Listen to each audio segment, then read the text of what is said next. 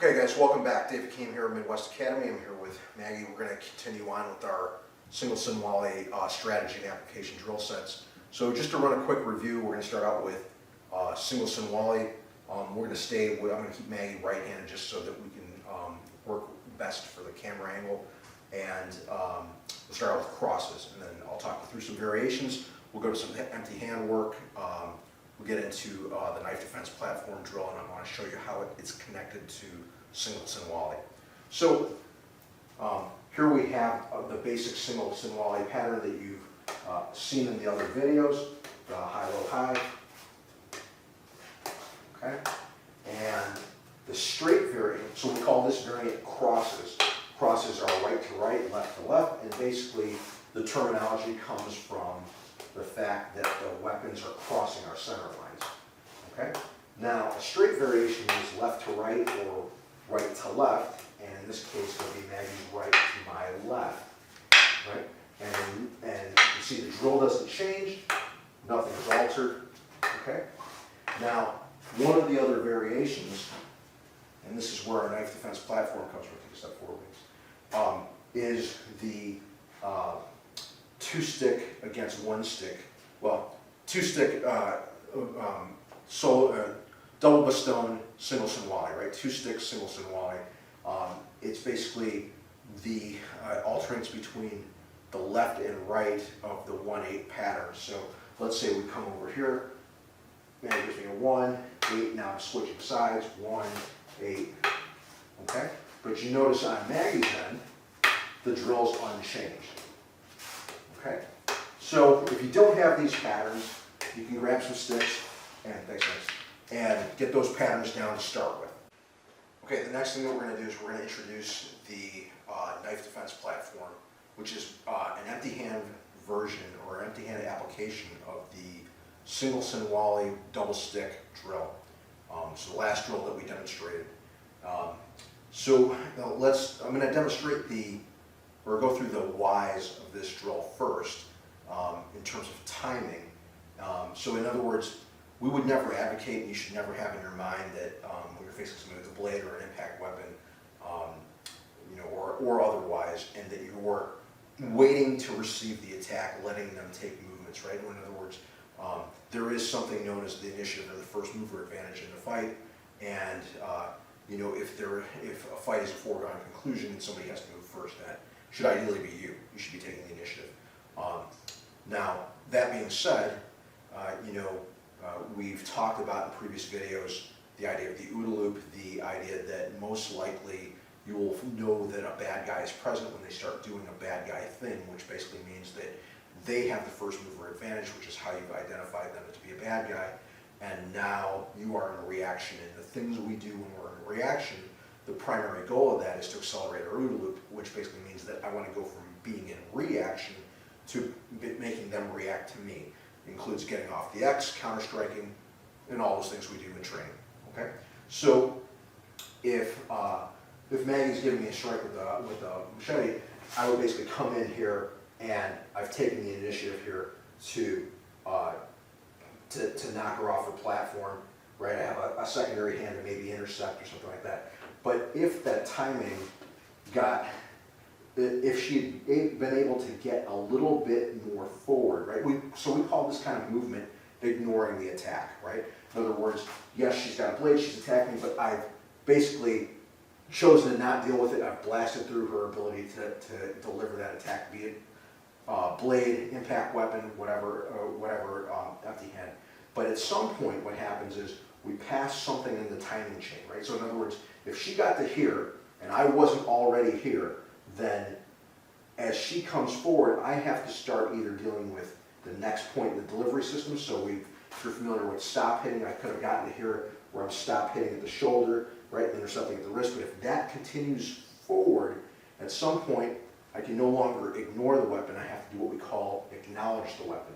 So acknowledge the weapon basically means I take my triangle, right? So I take my shoulders, I have to put them on the weapon, I set my hips, right? And I'm here to, we say there's a difference between blocking and passing. And so obviously we don't want to create a post. We're going to talk about all that in a second.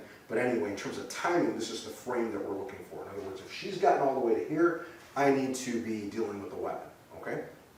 And some people say, well, aren't you flanking yourself? She's basically getting, at your 2 o'clock, 3 o'clock position, and he's going to be able to take your back, all that stuff. Yes, that's all true. This is the immediate threat, though, right? This, if I don't deal with this, then all that doesn't matter, okay? So that's the idea behind this drill. Is we're starting you with the worst possible timing, because most likely when you're first starting out with that first mover advantage, that's probably where you're going to find yourself. So we're going to start there with the drills, and then we build ourselves backwards to more advanced timings, right, where we're connected sooner and being more proactive. So when we do get to here, right, and we've acknowledged the weapon, there's a couple points here that we want to make.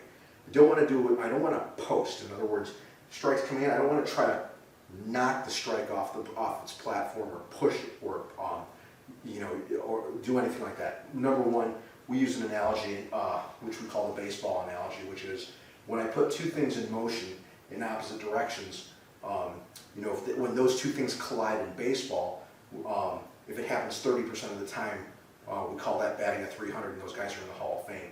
Well, 30% of the time doesn't cut it in combat, right? So we can't rely on a strategy that only works 30% of the time. It's got to work, upwards of 99% of the time. So when she's striking, right, I'm going to come into here, but as the strike comes through, I press it down, because this becomes, this is not a threat if I can take this horizontal blade and place it into a vertical space that's either down or up, right? So this knife defense platform, it deals with putting this weapon into a downward vertical space. So I come in here, what I'm going to do is I'm going to take my hand, and I'm going to pass down to my hip pointer, right? Sometimes it's called minor center. So I come in here, and I'm going to pass down to here as she's pressing forward.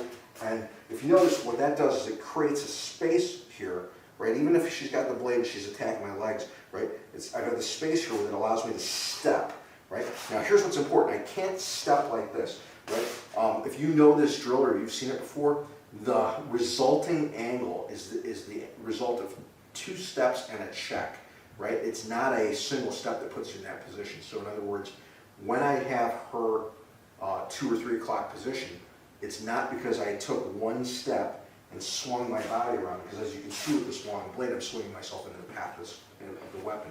Plus, it's bad ergonomics, right? So I've gotten this pass. This is my unweighted leg. We call this the hallway that we've built. My hips are facing the hallway. I step naturally into the hallway. The second step allows me to realign back into the weapon. This hand stays in my workspace. I realign, and we've done this check. So we'll just demonstrate that 1 or 2 times with a little bit of flow. So she's striking at me. I acknowledge the weapon, pass, step in the hallway, check, right? And I want you to pay specific attention to the footwork here, right? So you're coming in, check, right? Unweighted leg steps forward. I'm here, and the other part that's important is that my secondary shield, I try to get it above her elbows, which makes it more difficult for her to swing back at me with the weapon, and makes her more likely to have to disengage to get that weapon back in the fight. Okay? That was basically the primary strategy on dealing with the forehand attack in the knife defense platform. The next thing we'll talk about is the primary strategy in dealing with a backhand attack. And I'll have Maggie demonstrate the attack left-handed backhand so that you can pick it up best on the camera angle. So if she's giving me the backhand attack, I'm still getting off the X. Now all those things are still true in terms of I want to seize the initiative, attach early, all that stuff. So remember, we're talking about the worst possible timing, right? So that's forced me into a position where I've had to acknowledge the attack. So now, the one thing here is that when I build my hallway, right? So when I come in here, I pass down to the edge of my workspace. Pass down the edge of my workspace. My hips are here. When I move the unweighted leg and start passing the strike with my rotation, which you notice on the inside of the attack, right? So that basically means that as I pass, whereas on the other side, when Maggie was attacking with the forehand strike, when we came through the pass, I was connecting into the elbow to prevent her from rotating back at me. Now what happens is on the backhand strikes, right, when I pass, I'm basically able to deliver strikes into the center line very easily. I could stay attached to the weapon, let's say. So let's say you made a backhand strike. So I could stay attached to the weapon and use it as a strategy to disarm, right, or take away. So, all those things are possible, but in the base drill, we have to allow for repetitions, right? And so the way we allow for repetitions is we don't do any of those things that would end the drill, striking, blocking, disarming, all this stuff. So all we're going to do is we're going to pass and disengage, which allows our partner to really continue the attack, which is not what we would want. You'd say, hey, why are we training something we don't want? Well, because this is a mechanics drill, right? So all we're doing is we're drilling mechanics to get repetitions of things that we want to myelinate, right? We want to internalize these positions, the footwork, the timing, right? So here's the drill that you're trying to myelinate left hand, right? So you give me the backhand strike, I acknowledge the weapon because of the timing. I've passed it, so it's in a vertical plane to build my hallway, coming on, and now I've just disengaged, right? So you can go back to the right hand. So the way the drill works at a very fundamental level is she gives you a forehand, right? I'm here and I pass that forehand strike. She disengages, right? She disengages to step back. Now she comes back with a backhand strike, right? So now I'm here, and I come in and I disengage so that I give her the opportunity to throw that forehand strike again, right? And then she disengages so she can throw that backhand strike. Okay? So, thanks, Mike. So the strategy is a drill and mechanics strategy in this application, because what we're trying to do is we're just trying to get reps back and forth, where we're trying to help each other and build that neural memory for how to deal with this type of an attack. Okay, so if you don't have this drill, right, then this is the next thing to work on for you. And the critical factor in it is going to be your footwork. So let's kind of review that real quick on the backhand side. It's the same thing, forehand and backhand, but I'll give you the left-hand backhand. Okay. So I come in here, so my footwork to do that was, as she was striking, I was getting off the X, right? Remember, I'm going to allow her to strike, which is really not where I want to be in terms of application, but as she strikes, I get off the X. I've shielded, and when I shield, here's some of your critical pieces, right? I want to be in my workspace, right shoulder to shoulder, hip to hip. I want to have my weight on my lead leg, which will allow me to we use that term, build the hallway, right? So I can sink my weight to pass the strike and have my underrated leg pull me off the platform. Right? So that's really kind of the key footwork that you want to work on and get down in this sequence. Okay. So building on that idea of the footwork, building the hallway, repositioning. There's a next level on these drills that we're going to have the attacker do, and these are good skills for yourself to get down as well with the tool, in case you ever do have to use it and somebody is able to kind of deflect or get off the X, gives you an option. Okay, so let's start with the idea of Maggie gives me a 7 strike with the blades, right? So she's trying to do this, and we're basically just so you can see, a backhand strike, a 2 and a 7 we treat the same way. So if this was a 2, I would have gotten off the X and been here. I'm doing the same thing. It's a 7.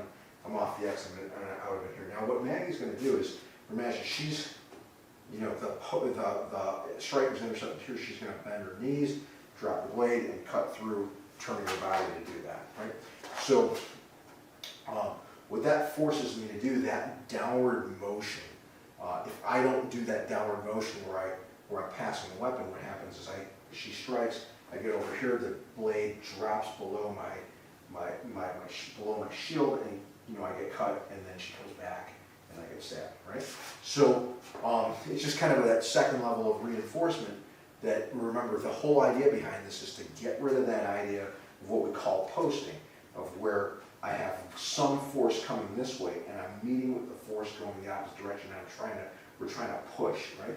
I don't want that to happen. When the force comes this way, I want to be here where once I met it, I'm passing that force. So what we're doing is we're actually building a contingency on her part for it. Again, like we said, if she attacks somebody and they're able to get off the X and flank, she's got an option of how to get around that shield.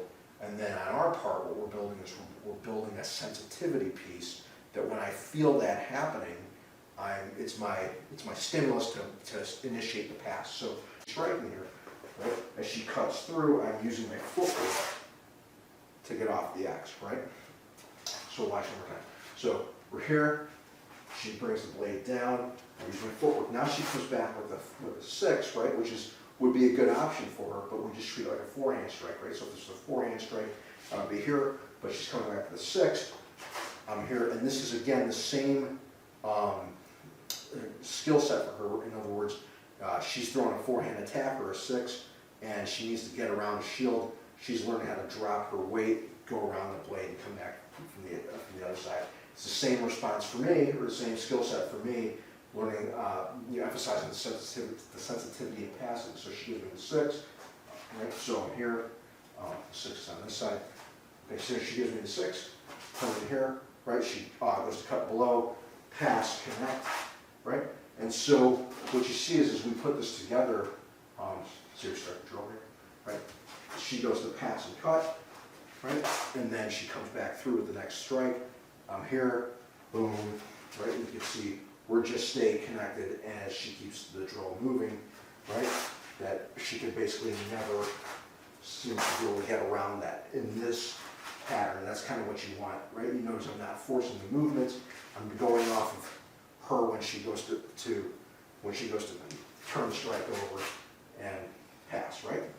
Okay, so if you don't have that, then that's a good drill to practice. You can practice it solo. The way you practice it solo is, let's say you come in, backhand strike, they shield, you drop your weight, bring the blade down, turn, right? Now come back with 6, right? So maybe I can demonstrate that with Maggie real quick. So let's say, take some forward. Let's say I come in here, you step off the X, go the other way, right? Come in here. Now, I get here, and to get around the shield, what I'm going to do is come around. Maybe I've cut here, but even if she passed that, right?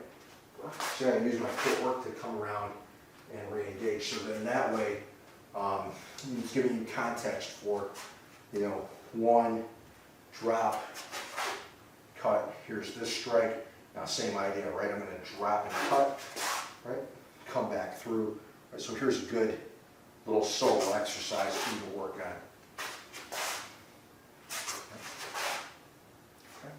Okay, so obviously there's a lot more to the knife defense platform than what we touched on here, and if you're familiar with it, you're already aware of that. But if you're not familiar with it, that's the basic fundamentals to forehand, backhand motion. There's a whole bunch of checks, passes,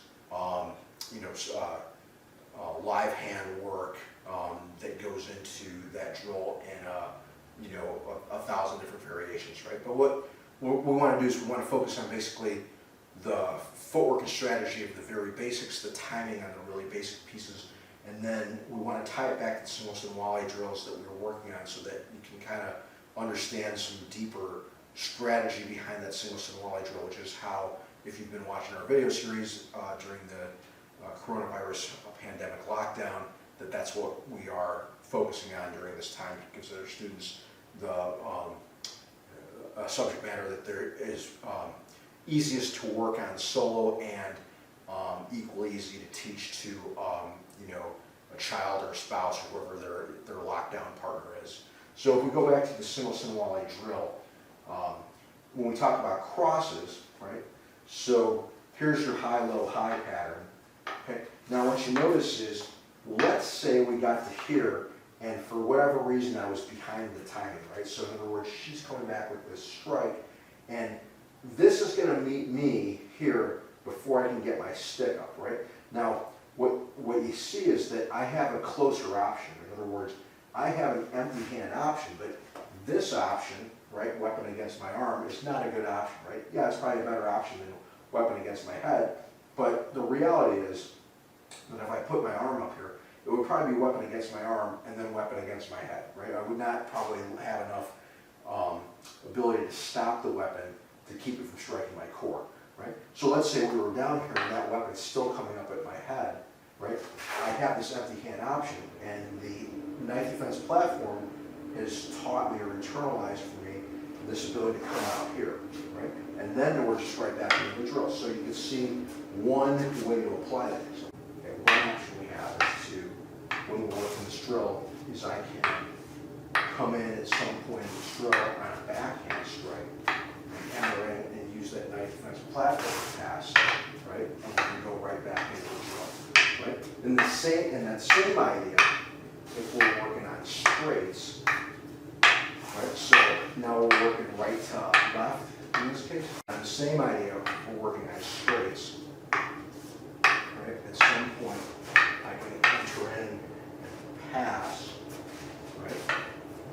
And then continue on with the drill. Right? And so that's some very simple application back in Sinawali of that knife defense platform and using that empty hand. Okay? A couple other things, we run a firearms combatives program, and so a couple other things where that's super useful is that, when we talk about a multidisciplinary system or strategy to personal protection, so let's say you are carrying a firearm and then you're also carrying an impact tool or an edged weapon, we wouldn't co-locate that, right? In other words, if you're right-handed and you carry your firearm on your right side, which you should if you're right-handed, we might carry a blade or an impact tool, or a blade and an impact tool. We carry those in our left hand so that we always have the ability to transition without having to store a weapon or have our right hand tied up. And also, if our right hand was injured, we carried all our tools on our right side, then we would go get to any of our tools, right? Or if we're in a position where our right hand was controlled or something, some other reason why we couldn't use our right hand right away. So, having that ability to work an impact tool or an edge tool left-handed is really it's our primary hand in a multidisciplinary system for a impact or edge weapon. Having the ability to pass these tools in the manner that we're talking about allows us to get to another weapon system, right? So let's say, for instance, put the blade back in Maggie's hand here, and let's say, for instance, we're at close contact range and she goes to attack me, so one, right? And I come in here and I pass this, that when I get to here, I can push off, create space, and get up on a secondary, or get up on my firearm, right? And we do a lot of movements like that, or she's anybody on the back hand, right? She goes, but here, when I pass this, it gives me time to get up on that, create that space and get to our firearm. So those are all really good reasons to kind of learn and master that passing.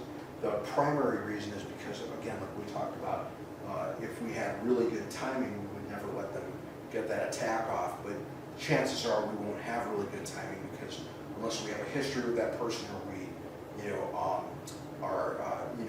have some other way of identifying him as a bad guy. Maybe you're a law enforcement officer and you're going in through a door and you see that guy as a bad guy. That's the person you came in for, or something like that. You won't really have any intelligence on the person who is a bad guy until they start taking an action that makes them a bad guy, which is going to put you in that situation where you are going to be further behind in timing and more likely to have to deal with the attack as opposed to ignore the attack. Okay, so hopefully we've given you some food for thought. We've expanded the way you think about single Sinawali. Remember we talked about single Sinawali crosses, which is what we've done in the last few videos. We've worked on it straight, which you should be doing. Again, remind you that term is left to right, right to left in terms of attacker, defender, hands. We've showed you double stick against single stick. It doesn't have to be double against single, it can be double against double. It's what's important is the double stick person's pattern, the 1-8 pattern, which repeats, is the basis of the knife defense platform.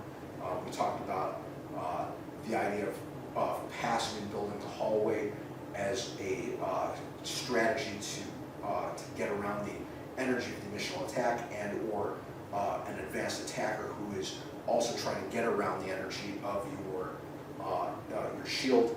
And then we've talked about bringing it back to single Sinawali and using the passage strategy as a variation in the drill timing, so that you can put yourself a little bit behind, and that, either on a cross drill pass backhand, or on a straight drill pass a forehand, and do that fairly easily, safely with your partner.